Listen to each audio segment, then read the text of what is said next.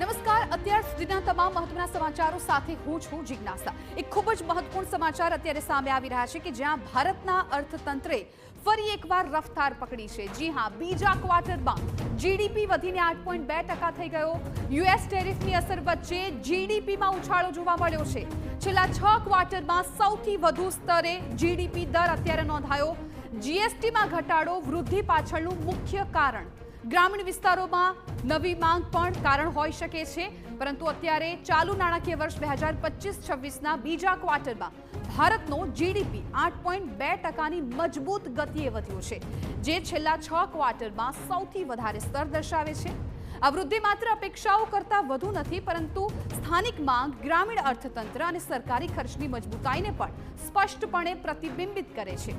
સરકાર દ્વારા જીએસટીમાં ઘટાડો, તહેવારો પહેલા સ્ટોકિંગમાં વધારો અને ગ્રામીણ વિસ્તારોમાં નવી માંગ આ વૃદ્ધિ પાછળનું મુખ્ય કારણ તરીકે ઉભરી આવી છે। તો જીડીપી વૃદ્ધિ અપેક્ષાઓ કરતાં વધુ છે, જે પાછલા ક્વાર્ટર કરતાં પણ સારી છે। જો પહેલા ક્વાર્ટરની વાત કરીએ તો જીડીપી વૃદ્ધિ 7.8% હતી, પરંતુ બીજા ક્વાર્ટરમાં તે વધીને 8.2% થઈ ગઈ, એટલે મોટો ઉછાળો જોવા મળ્યો છે। અર્થશાસ્ત્રીઓએ 7.3% જીડીપી વૃદ્ધિની અપેક્ષા રાખી હતી, જ્યારે આરબીઆઈએ તેની અંદાજ 7% રાખ્યો હતો। સરકાર દ્વારા જીએસટીમાં ઘટાડો, તહેવારો પહેલા સ્ટોકિંગમાં વધારો અને ગ્રામીણ વિસ્તારોમાં નવી માંગ આ વૃદ્ધિ પાછળના મુખ્ય કારણો તરીકે ઉભરી આવ્યા છે।